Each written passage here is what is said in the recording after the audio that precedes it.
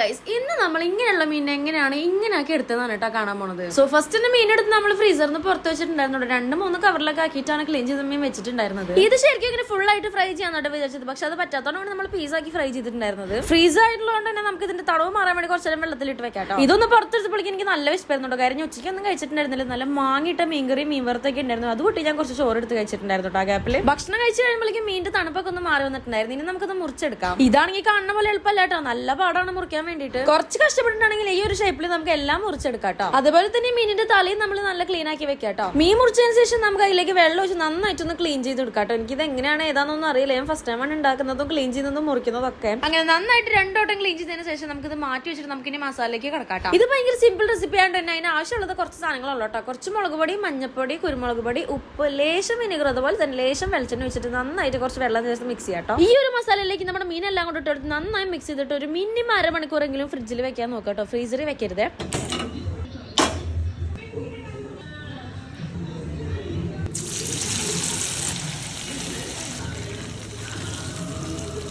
മീൻ വറുക്കുമ്പോൾ ഇതിലേക്ക് 2 സാധനങ്ങളും കൂടെ ചേർക്കാനുണ്ട്. അതാണ് ഇതിന്റെ ടേസ്റ്റ് തന്നെ മാറ്റി മറിക്കുന്നത്. കുറച്ച് ചെറുള്ളി ചതച്ചതും അതുപോലെ തന്നെ കുറച്ച് കറിവേപ്പിലയും കൂടി ഇട്ട് കൊടുക്കട്ടോ. മീൻ വറുക്കുന്ന സമയത്ത് പ്രത്യേകം ശ്രദ്ധിക്കേണ്ട കാര്യം വെച്ചാൽ നമ്മൾ ഫസ്റ്റ് മീൻ ഇടുമ്പോൾ തന്നെ ഇത് ഇടരുത് കേട്ടോ. കാര്യം ഇപ്പൊ തന്നെ ഇട്ട് കഴിഞ്ഞാൽ കരിഞ്ഞു പോകും. മീൻ ഒന്ന് തിരിച്ചിട്ടതിന് ശേഷം മാത്രം നമ്മൾ ഇത് ഇടാൻ പാടുള്ളൂ. അങ്ങനെ മീനിന്റെ പീസൊക്കെ വറുത്തതിന് ശേഷം നമുക്ക് തലയും കൂടെ വെച്ച് നന്നായിട്ടൊന്ന് ഫ്രൈ ചെയ്ത് മൊരിച്ചെടുക്കാട്ടോ.